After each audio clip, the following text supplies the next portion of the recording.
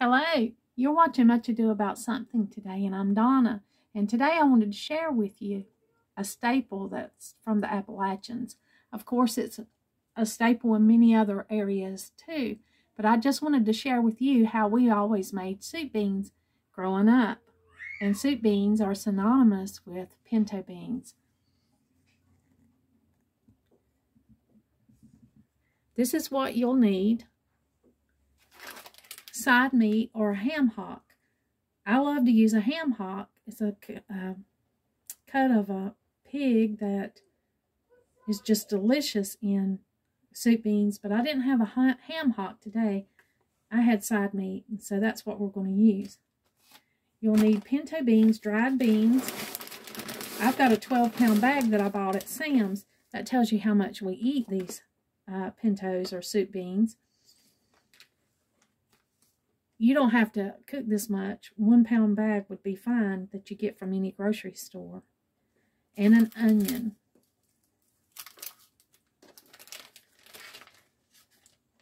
Well, I've got my pot heating up over here. And it's a cast iron enamel pot. That's what I'll cook these in, but you can use any sturdy pot. I like to use a cast iron or enamel pan because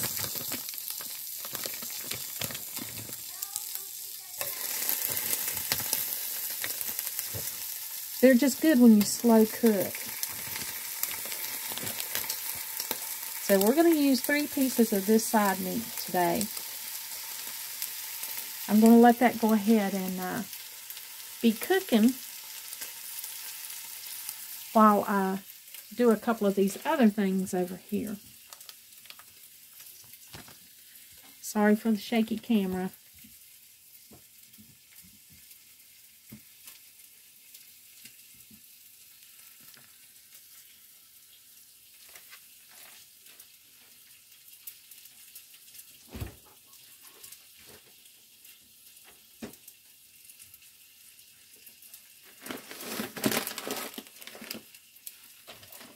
Well, the next thing I'm going to do is go ahead and cut up the onion.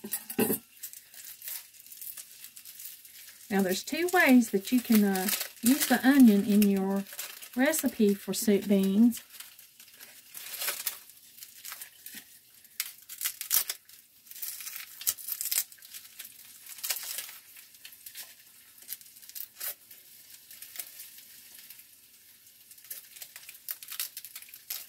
You can chop it up and cook it right here with this fat, which is what I'm going to do here in a minute. I'm going to do that with half of the onion, and then you can save the other half of the onion.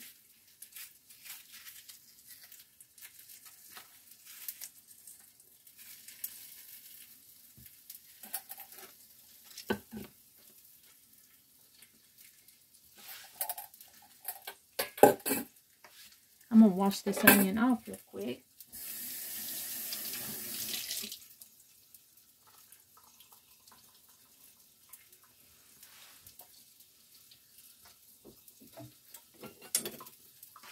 You can save the other half of the onion to sprinkle over the top of your beans after they're done, right before you get ready to eat them.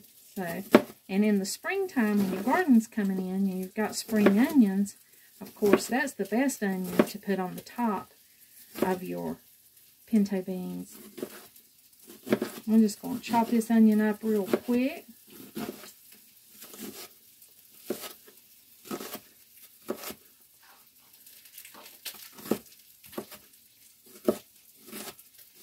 I started adding the onions to the, when I was cooking the side meat, I started adding it to the onions to my pot to encourage my children to eat more vegetables. A lot of them didn't like the onion if they could see it, so I would have to sneak it in. That's when I started just putting the onions in with the side meat.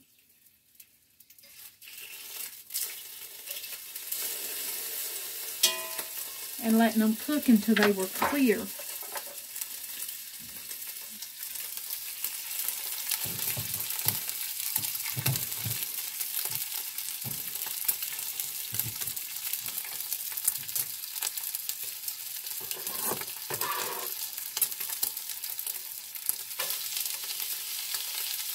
That way, by the time the beans were finished, the onions were barely detectable from a visual standpoint, but you could, they added a delicious flavor. Now this side meat that I have here, it doesn't have any salt in it. It's not salted side meat. It's fresh that we had a cow kill, I mean a pig. It's side meat from a pig. We had a pig butchered this winter, so this is the fresh side meat from that pig.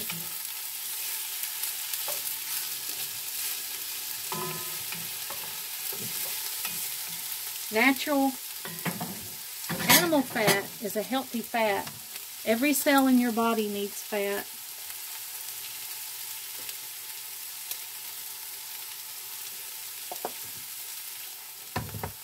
We choose to eat pig fat because it's healthy.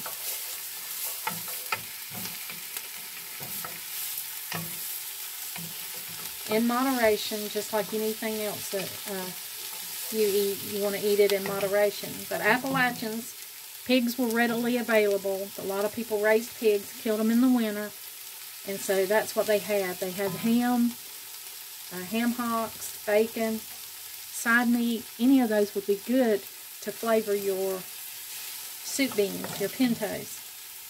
So we're just going to let those cook down a little bit and stir them occasionally. And our next step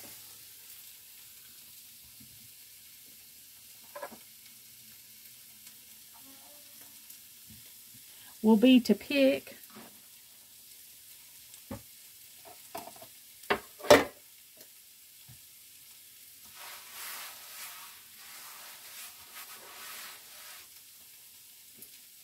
through our beans. I have 12 pounds here, but you probably won't be cooking that much unless you have a really big family or you're cooking them for an event that you'll be feeding a lot of people, or you're cooking ahead so that you can use these beans in other recipes. So I'm going to take out about 2 pounds maybe. Now these are dry beans. These are very economical. You'll get a lot more of these beans for your money than you would if you bought the already cooked beans. So they're very economical. There are a lot of dishes that you can make with these soup beans. They're used in a lot of Mexican dishes. Yeah. You can cook your beans and then you can refry them later. Yeah. Well, we go through these beans, and what we're looking for when we go through these beans are any kind of rocks or anything that is not desirable. They look better and better. Back in the old days, you seen when you bought beans, it seems like you found a lot of rocks and a lot of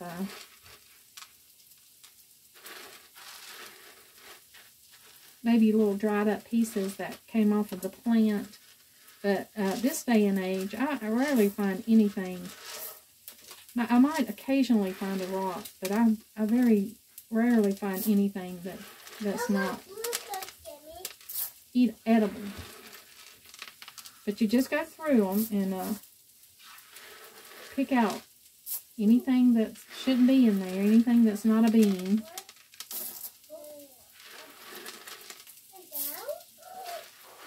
My little grandsons are here today. You're going to hear them in the background.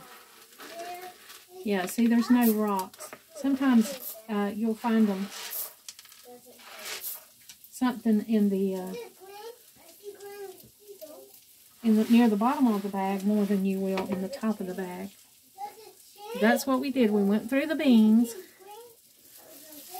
and made sure that we just have beans.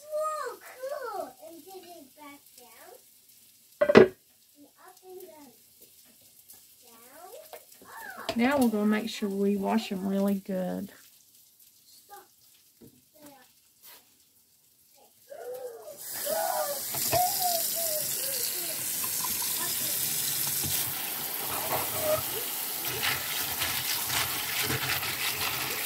Now, a lot of people say there's a way that you can take the gas out of the beans, but I'm not so sure that's something that you can do. And if you do, it's such a process that it takes away a lot of the nutrition. So we just made sure we washed the beans really, really good.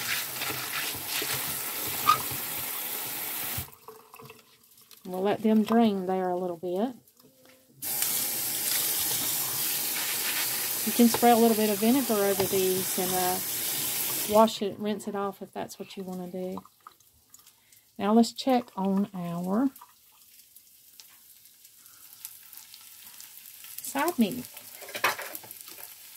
and our onions.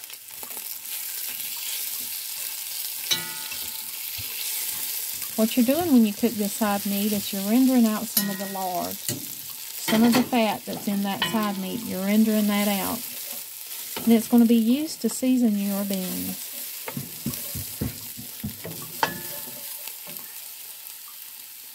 Your cup's in the bedroom, Eli. Oh.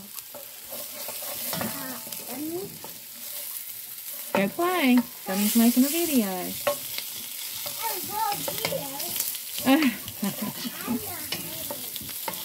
So we're just rendering down the side meat, and we're chopping up and cooking our onion. The onion will add a lot of flavor, and the side meat it'll season it. It'll make it delicious. So now that we've got that pretty well rendered, we're going to just add some water.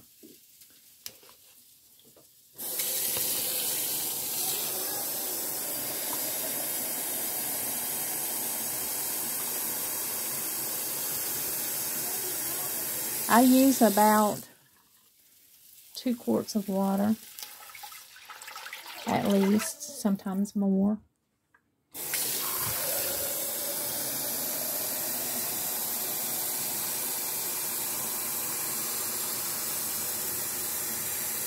The more water you have, the more soup you'll have.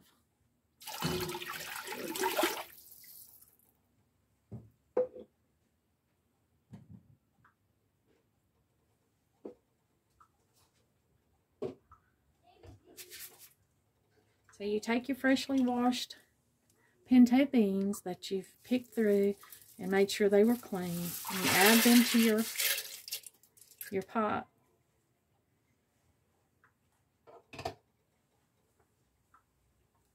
Now you want to bring these up to a boil and let them boil about 5 to 10 minutes, and then you'll turn them off and let them sit an hour. And after they've set an hour or soaked an hour in that water that you've boiled with the seasoning and things, you'll turn it back on and then cook them until they're tender. Now I go ahead and add salt. It's controversial whether you should put the salt in them or not. But the more salt you add, the salt adds flavor. A lot of people think that it toughens the beans. But growing up in Appalachian, we added the salt. I don't think it's so much the salt that toughens the beans as the process in how you cook it. I think one of the main things about keeping these beans tender is the bringing it to the boil, turning it off and letting it soak for an hour, and then turning it back on and letting them simmer until they're done. I think that's the process that allows these beans to tenderize. So I'm just going to go ahead, put the lid on these, and let them tenderize. Let them come to a boil. And then I'm going to eat some of the ones that I had made yesterday.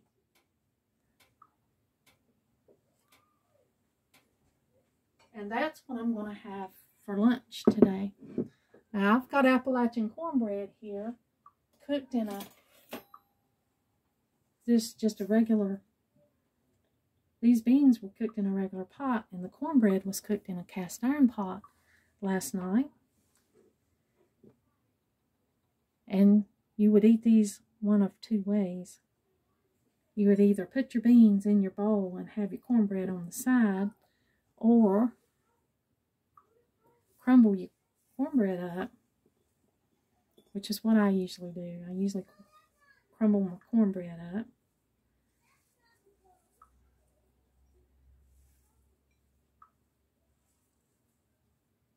And if you don't like cornbread, you can use biscuits, Appalachian biscuits, or crackers, whatever you might like to put your pintos over. But growing up, we would eat the cornbread and the biscuits. And today I have cornbread.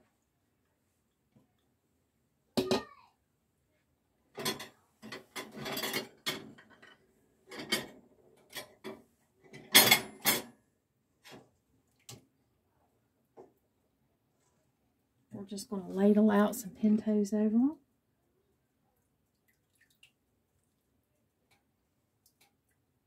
You have to get some soup, because the soup is what soaks into your cornbread and makes it delicious. Then you've got to have a little bit of onion. I don't have spring onions. It's not garden time yet. I just have these yellow onions. So you just take a little bit of sprinkling of an onion and put it across the top.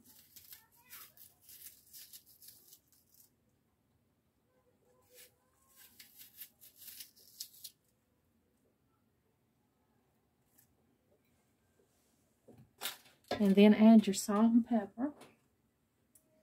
The salt at this stage is to go on the onion, and maybe add a little more to your beans. And your pepper.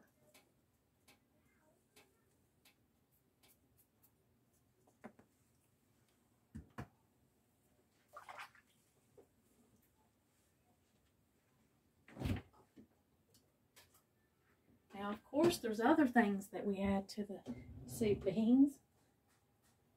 This would just be a simple day. If you didn't have much of anything else, this would be your simple meal. But Donald and I, we add squash relish. This is homemade squash relish. That's another video. Or we add chow chow. Chow chow is something that we will add when we have that. You can put that all over if you like the relish taste, or you can just put a little bit on the side.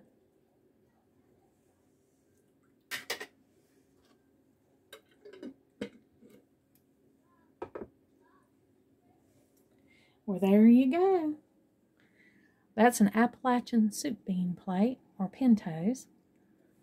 They're delicious. I hope you enjoyed this video, and I hope you'll try some beans today. And remember, if you make a whole pound and you have leftovers, you can make a lot of side dishes with this. You can make a lot of Mexican recipes. You can make burritos and tacos, and just mash your beans and refry them, heat them up in a pan, and find many other uses for them. I thank you for joining me today, and like always, until next time.